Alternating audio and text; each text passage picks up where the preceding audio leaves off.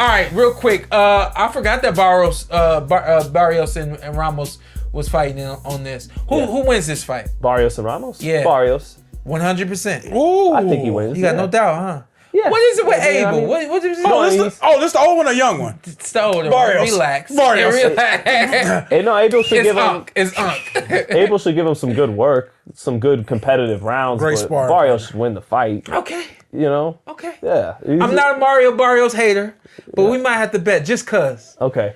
You know me, man. I always root for the underdogs. You know. I bet that too. Yeah. I want to bet dollars though. Fuck a push up. What's his name ain't on this? Shushu. Shushu is not on this. What's this? Poster What's this? here, but What's this? hey, relax. Okay. All All right. What's that? But shout out to Shushu. Shushu will be on the card next week as well. Katie Taylor, Amanda Serrano. That might steal the night. Yeah, they will. It's gonna be a war. That's a great co-main for this, huh? It's the one that you get to tell, like, if you want to save face and be like, I'm not really tuned in for the circus. I'm tuned in for the undisputed title fight as a co-main event. You know, I'm a pure boxing guy. Is that you? Nah, I want to see what bullshit plays out on the main event. I'm not gonna lie. Sorry. Is it gonna be closer than the first?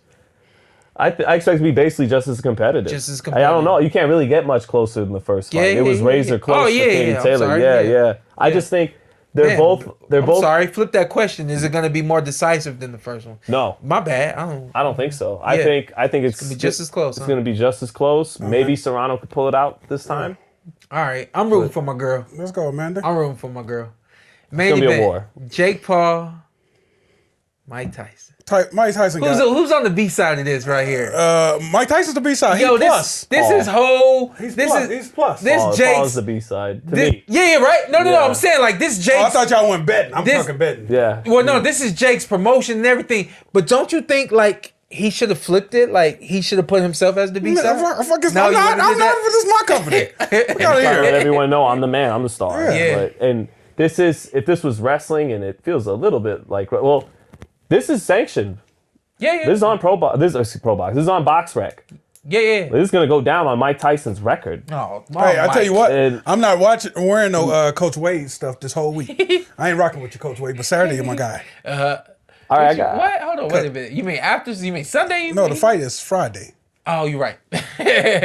So I have to bear the. I'm so sorry, Ryan Hafey. I love you, but I have to bear some, only because my long-winded takes. I apologize. Me and But Sean ain't got nothing, so just take it. please bear with me. Go. Bear with me. So I have to bear some uncomfortable truths about this fight, which is this fight is about catering to lowest common denominator energy. Jake Paul can fight a little bit. No, they can kick my ass, but he is a charlatan. You know, like he's more of a snake oil salesman than he is this genuine elite athlete trying to sell you the product of championship level competition, right?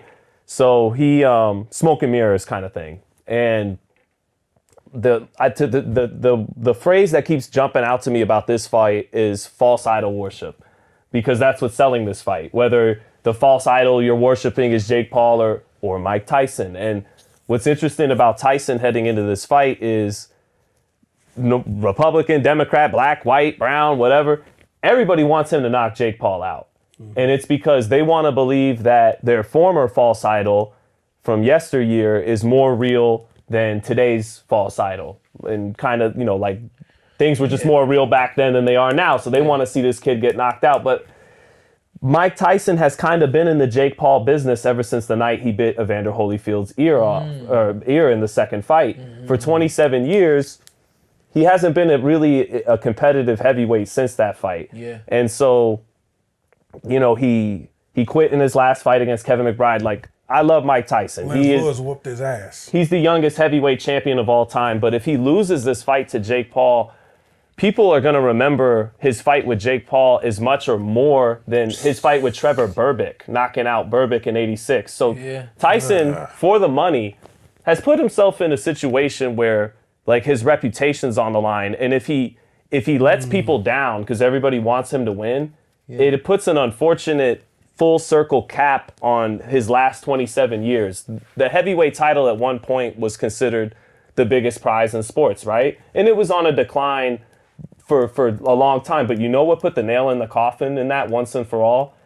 Iron Mike biting Evander Holyfield's ear off. And why I say this caters to the lowest common denominator, this country has such an obsession with Mike Tyson, that tells you about our morals, because if our morals were about loving the good guy, wouldn't Evander Holyfield, the guy who actually won those fights and is a God-fearing Christian and a warrior's warrior, never would quit like Tyson did against Lewis, or not Lewis, he didn't quit against Lewis, against McBride, and blew his ACL against Danny Williams. So everyone's like, oh, if it's a real fight, he's going to knock Mike Tyson out. Look, the great Mike Tyson, when last seen, was letting people down against Danny Williams and Kevin McBride.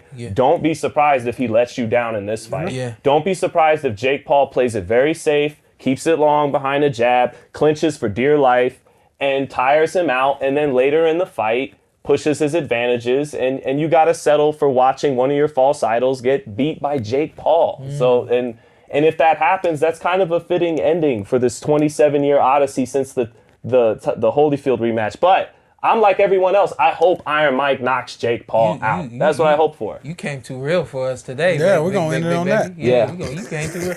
Listen, I have a different script written for that fight. Yes. I will reveal the script. Okay. I screenshot it when this conversation was had. This conversation was had 2 or 3 weeks ago. I'm not saying the fight scripted. I'm just simply saying, I always say, oh, you didn't follow the script. That's what I like to say. I'm hoping Mike doesn't follow the script, but if it goes the way I think it's gonna go, I'll go ahead and reveal what I think, how I felt the fight was gonna go. But I ain't got too much more for that. I want you guys tune in. Netflix is right there for you.